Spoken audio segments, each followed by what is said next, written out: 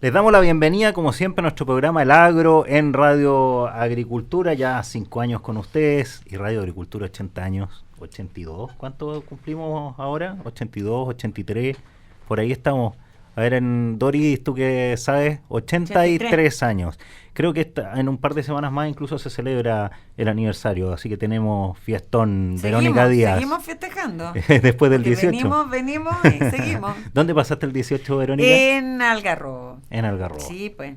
Siempre ahí en la brisa marina muy y con rico. cancha de tenis, ¿no? Sí, muy rico, con mi familia, sí. Qué rico, qué rico. Y bueno, yo la pasé en el campo, como te contaba, en Vilche, campo cordillerano, ahí aprovechando también la belleza de ese lugar lleno de vegetación con un poquito más agua que acá.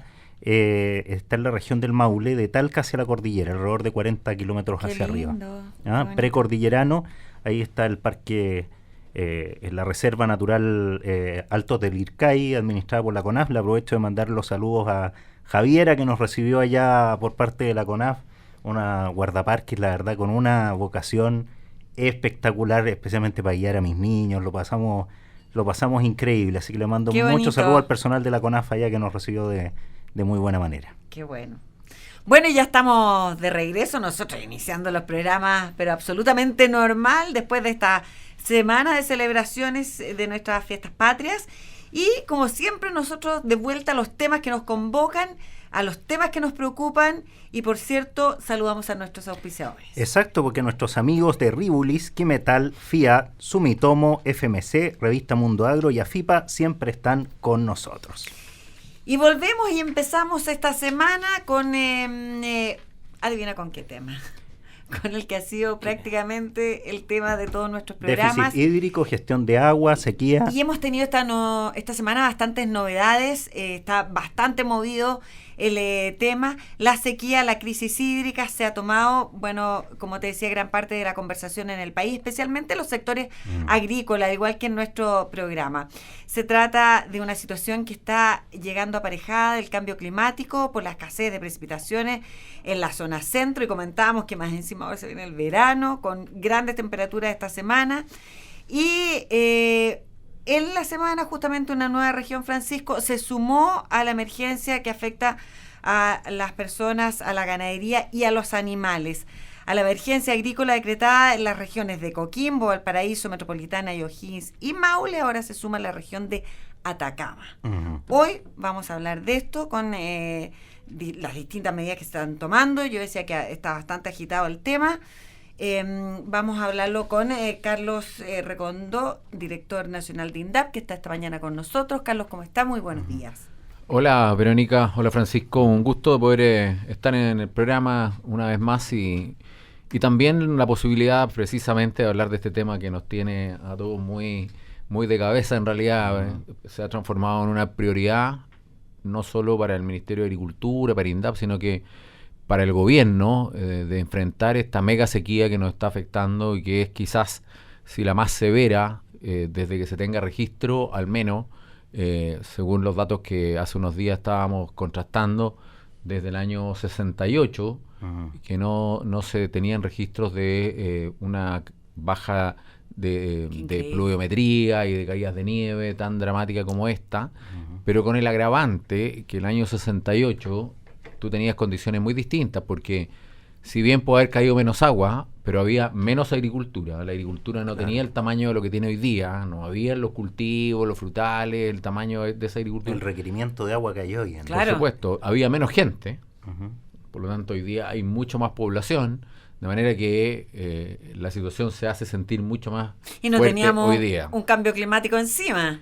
Por supuesto, el cambio evidente. Bueno, hoy día todo hace pensar que, no solo se pensaba, yo creo que ya hoy día hay conciencia clara que esto es un efecto ya muy definitivo del cambio climático, y por lo tanto esta situación de déficit hídrico es una situación que nos va a acompañar en forma más permanente, y por lo tanto una cosa es tener que enfrentar la emergencia de lo que significa, lo que está significando para muchos sectores en la agricultura el déficit hídrico y la falta de agua, tanto que hay 6 regiones declaradas de emergencia agrícola, como las medidas de mediano y largo plazo y las medidas de adaptación que finalmente se va a tener que asumir en la agricultura dada esta nueva realidad. Este es un escenario que probablemente va a ser muy permanente hacia el futuro y por lo tanto ante esa nueva realidad obviamente que hay que tomar medidas de adaptación de cómo la agricultura enfrenta este nuevo escenario.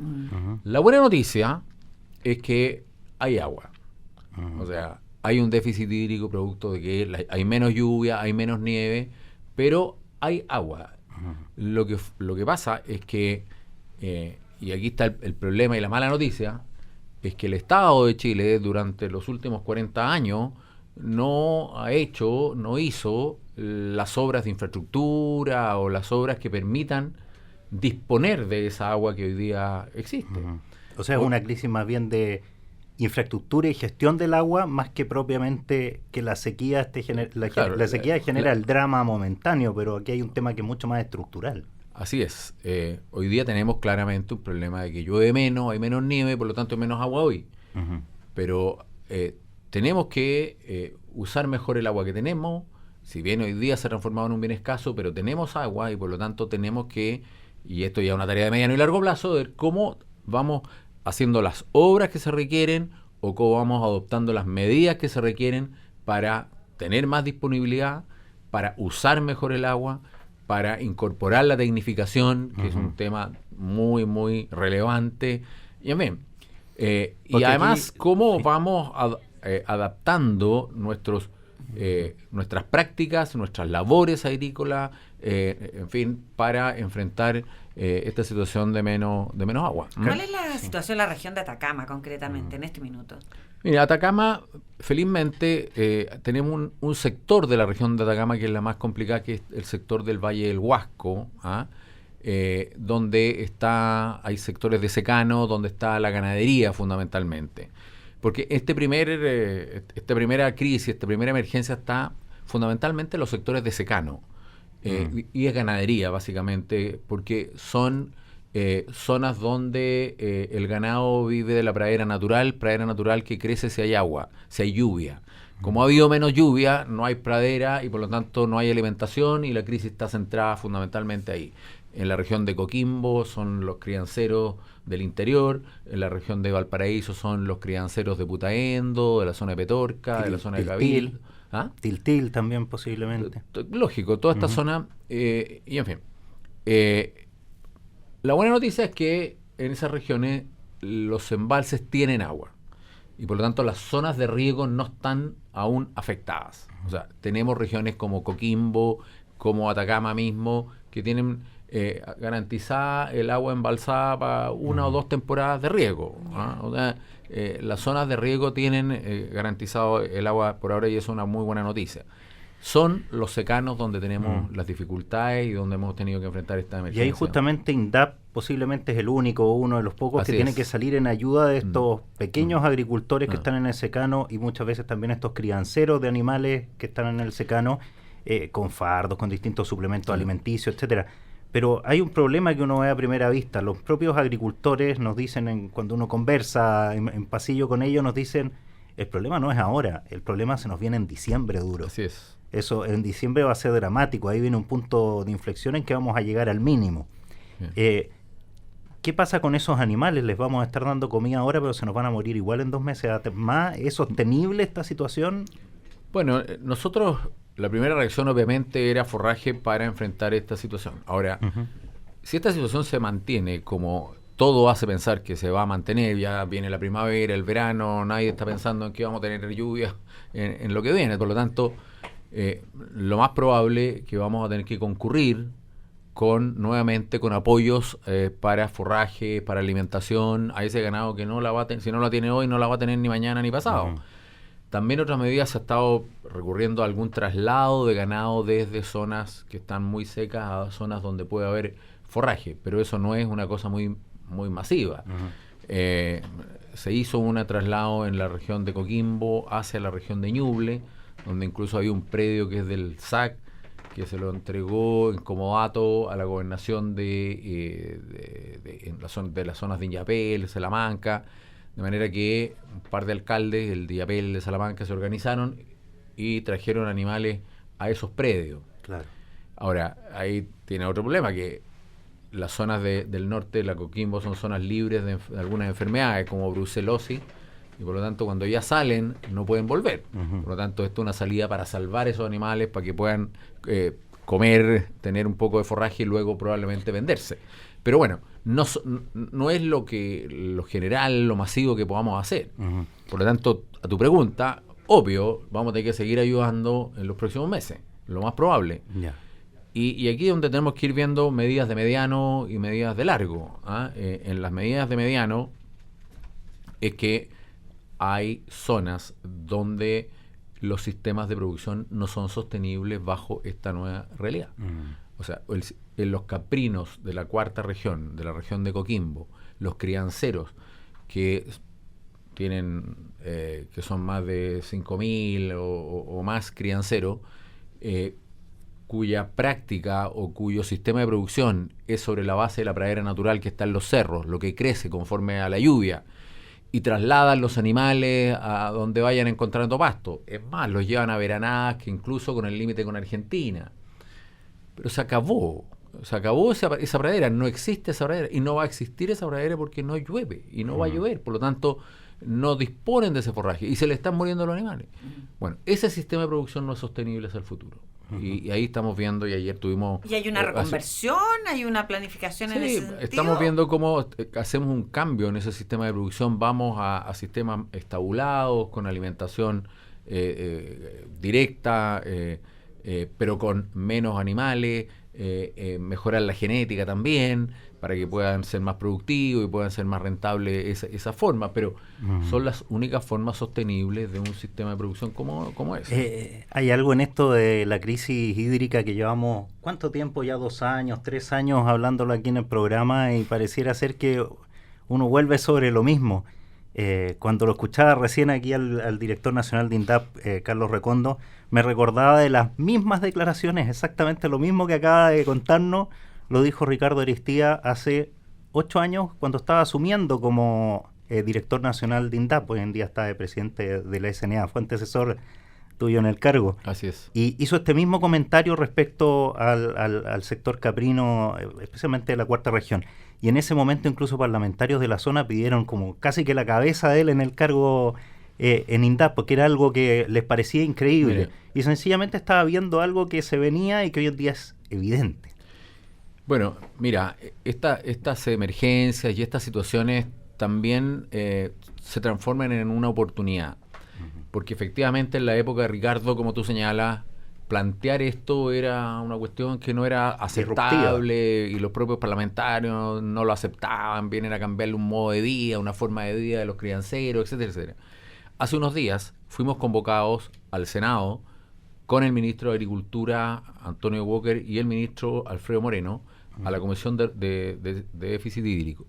Y tuvimos después una reunión precisamente con los crianceros de la región de Coquimbo. Y ellos venían con una propuesta. Y la propuesta de ellos es exactamente en esta dirección que estamos hablando ahora. O sea, estos sistemas de producción no son sustentables bajo esta nueva realidad. Entonces, hoy día al menos tenemos un cambio de paradigma, un cambio de actitud. Ellos lo están midiendo y lo están planteando. Por lo tanto, se nos abre un camino y una oportunidad. Obvio. Y los propios parlamentarios que probablemente en esa época decían hoy día están proponiendo que vayamos hacia estos sistemas. Perfecto. Bueno, y les quiero contar que Quimetal tiene tecnología de punta en productos químicos agrícolas y certificación para su uso en agricultura orgánica. Quimetal, cultivamos un compromiso, cosechamos confianza. Les propongo que vayamos a una pausa comercial y luego estamos de vuelta en el agro.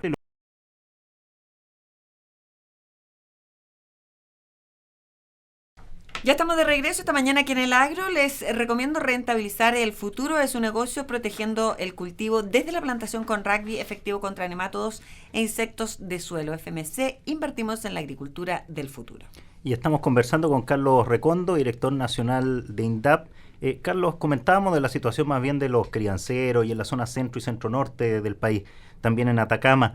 ¿Qué es lo que está ocurriendo un poco más en la zona centro-sur? Porque tenemos sectores en emergencia agrícola. Al inicio del programa hablábamos justamente de la región del Maule.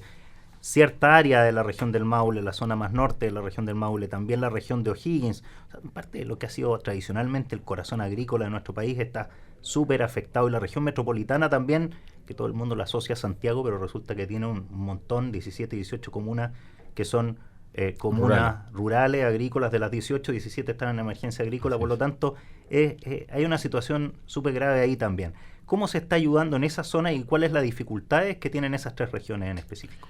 No, mira, sí, en todas las regiones, la primera afectados fueron los pequeños agricultores que están en los secanos. Por lo tanto, el efecto en todas las regiones ha sido más o menos el mismo en esta primera etapa, que son ganaderos, que no tienen forraje, que no tienen pradera y que hay que recurrir.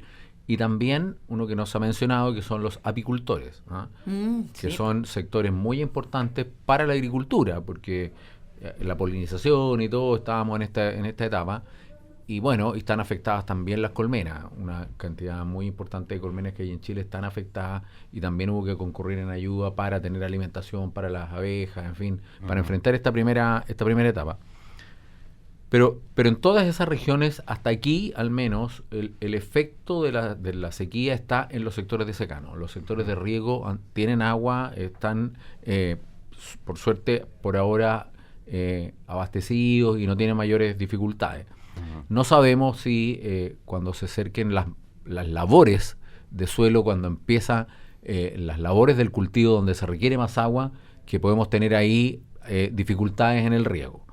Y por lo tanto, de lo que se está hablando ahora es de la institucionalidad del riego, del agua, las organizaciones, las juntas de vigilancia, las organizaciones de usuarios son claves porque son los que administran el agua.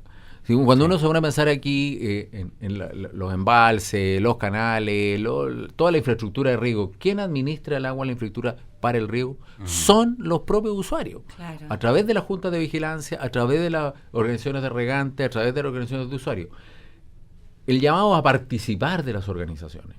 Especialmente nuestra tarea es con la agricultura familiar campesina. Los pequeños agricultores tienen que participar de las organizaciones de usuarios. Ahí pueden hacer... oír su voz y que efectivamente en la distribución de esta agua no queden fuera, no queden tan postergados como muchas veces porque no participan. Entonces, la primera tarea a la que nos hemos abocado ahora es que estamos haciendo un catastro de todos nuestros pequeños agricultores, cómo están participando las organizaciones de usuarios, cuántas organizaciones de usuarios existen, están participando, cuántos están participando y le hemos pedido a todos nuestros directores regionales esta tarea urgente para promover la participación de los usuarios y que la agricultura familiar campesina no quede fuera de esta distribución y administración del agua. Estas organizaciones de usuarios son, Carlos, las que podrían, al estar organizadas, las que pueden participar para poder obtener fondos también públicos a través de los concursos de riego, donde está en conjunto que hacen con la Comisión Nacional de Riego, y de esa manera, por ejemplo, automatizar compuertas, poder medir, revertir canales, en fin, por supuesto. Sí. Los proyectos de riego son tanto individuales como proyectos asociativos, por lo tanto, estas organizaciones pueden participar para mejorar la infraestructura que tengan de riego. La Comisión Nacional de Riego tiene que ejecutar 42.000 millones de aquí a diciembre. La novedad en materia de recursos es que a quienes se le incrementaron los recursos fue precisamente a la Comisión Nacional de Riego, que pueda apurar muchos concursos y ejecutar esos recursos lo antes posible. La Comisión Nacional de Riego, y ahí nosotros participamos también en algunos concursos, llama permanentemente a concursos. Con la cantidad de recursos que tenía, ocurre que una cantidad de proyectos pueden ser ejecutados porque se pueden financiar.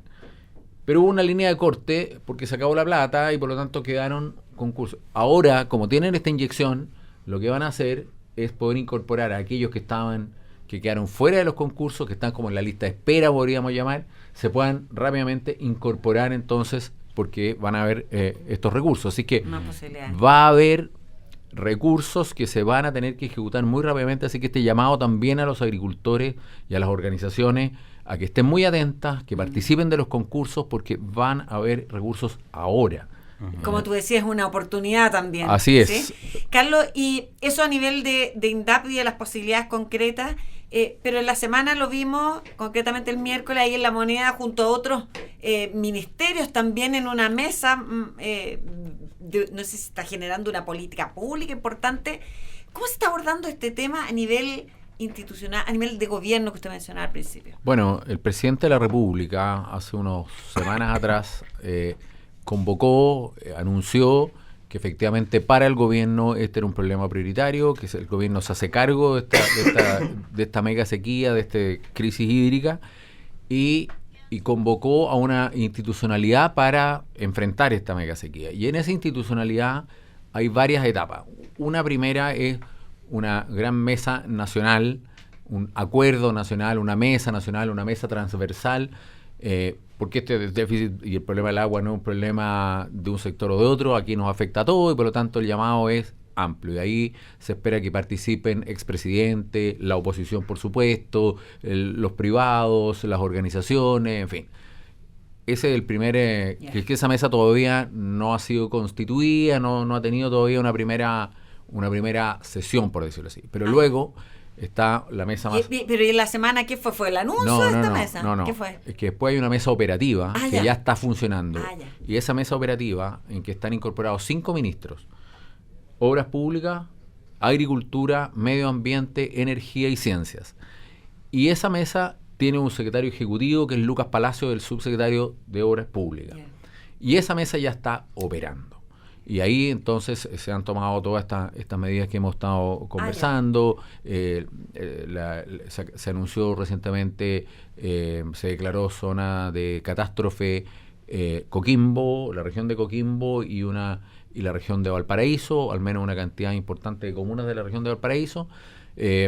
Y ahí Obras Públicas ya hizo un catastro y anunció que, por ejemplo, felizmente no tenemos dificultades en las zonas urbanas. Toda el agua que está bajo la administración de las empresas sanitarias está asegurada, digamos, para esta temporada. Las temporadas futuras, bueno, se requieren obviamente inversiones y se están planificando las inversiones que tienen que hacer las empresas para garantizar en la zona urbana. Las zonas rurales tenemos problemas. En las zonas rurales hay 1.700 sistemas de APR, de agua potable rural, que son MOP, que fueron ejecutados, construidos por el MOP. De esos hay un porcentaje, como 120 APR o el 10% de estos APR, o el 12% de estos APR, que tienen algunas dificultades de agua. Se están tomando las medidas para ello. Pero esas también son las imágenes que vemos en televisión de repente, que la gente abre la llave, muestran los sectores rurales abriendo la llave y que no sale, que no hay agua. En ciertas horas del día, dicen aquí nos duchamos 2 veces por semana. Ese tipo de situaciones son APR. APRs fundamentalmente, pero un porcentaje de estos 1.700 APR que son MOP, pero hay 900 aproximadamente APRs que no son MOP, que fueron construidos desde la Subdere o por los propios municipios o por los privados que pusieron recursos y se los entregaron a comunidades. Ahí es donde hay más dificultades en términos que no hay mucha información y se está trabajando en eso. Eso es parte del rol de esta mesa, de esta mesa más ejecutiva. Pero también, y esta fue la actividad de La Moneda del día miércoles, se convoca a mesas regionales. Se crean, en cada región se replica esta mesa operativa. En cada región la preside el intendente, y por eso que en esta reunión estaba el ministro del Interior, que convocó a los 6 intendentes de las regiones que están declaradas en emergencia agrícola, y se dio la partida y se les combinó, digamos, a hacer esta tarea urgentemente de convocar estas mesas en cada región. Por lo tanto, en cada región el liderará y presidirá el intendente, pero estarán los gobernadores, están alcaldes, están las organizaciones de regantes, el sector privado, en fin, para organizar el trabajo en cada una de las regiones que están afectadas. Y ese fue, lo del miércoles pasado en La Moneda, que se hizo ese lanzamiento. Carlos, cuando uno plantea este tema, por ejemplo, de los APR en la ciudad, no se entiende mucho. Sí. Cuando uno dice el agua potable rural, bueno, la gente no conoce el sistema. Y cuando lo ve en televisión y ve gente que está abriendo la llave y que no aparece agua, y a la vez se dice el 70% del agua la ocupa la agricultura, la gente tiende a culpar a la agricultura que está produciendo los alimentos. Entonces no es tan fácil explicar eso, explicar que los APR no necesariamente tienen que ver no con la nada producción de alimentos que está ocurriendo en el predio de al lado. ¿Cómo se le explica desde alguien que lo ve día a día en INDAP? Mire, el APR tiene solo que ver con el consumo humano. Así como la gente que vive en la ciudad abre la llave y tiene agua asegurada, y esa agua se la provee las empresas sanitarias que tienen la concesión del territorio, en los sectores rurales se ha creado un sistema que es distinto, pero que es una infraestructura financiada por el Estado, en que hay una fuente de agua, sea un pozo profundo, con un estanque elevado, y que distribuye agua a una red para consumo humano, para las casas de los habitantes de ese sector rural donde se define esta APR. Hay APR para zonas concentradas, porque hay pequeños pueblos en las zonas rurales que su sistema es APR, en que tienen una fuente de agua, un pozo, una torre, y distribuyen por ABA o por, en fin, y administra ese sistema la propia comunidad. Los APR son administrados por los comités de agua potable rural. Se le entrega esta infraestructura a los propios usuarios, que se organizan y tienen una directiva, en fin, y ellos son los que cobran el agua y que tienen que hacer la mantención al sistema de APR. De esos sistemas hay 1.700 en el país que le entregan agua a las personas que viven en el sector rural, y 900 otros sistemas que no fueron construidos por el MOB, pero que existen también en los sectores rurales. Pero también en el sector rural hay una cantidad importante todavía de personas que no tienen ni APR del MOB ni de los otros APR, no tienen acceso al agua potable. Qué importante. Y ahí hay una tarea importante que hacer. Sí, porque no necesariamente todos quienes nos escuchan son del campo, muchas veces son de la ciudad. Eso es nuestro programa, que es eminentemente agrícola, pero ¿qué ocurrirá en el resto de los programas que no necesariamente se entiende esto? Queremos agradecerte, Carlos Recondo, director nacional de INDAP, por esta entrevista súper aclaratoria también, y poder hacer llegar la información hacia los agricultores que no lo están pasando bien en esta época del año. Bueno, muchas gracias por la invitación y la verdad que este es un tema muy relevante. El presidente de la República ha convocado nuevamente a los ministros para poner no solo la prioridad, sino que las acciones más concretas con las que hay que seguir avanzando, porque el presidente Piñera está muy resuelto en enfrentar esto como una prioridad nacional, porque efectivamente es un tema importante para las personas, para la agricultura, en fin, y para todos los que necesitamos agua para vivir y para producir los alimentos para Chile, que es muy importante. Un tema que está en pleno desarrollo, así que vamos a ver cómo se siguen dando las cosas y seguramente nos volveremos a encontrar. Gracias, Carlos. Nos separamos brevemente y ya volvemos aquí en el Agro.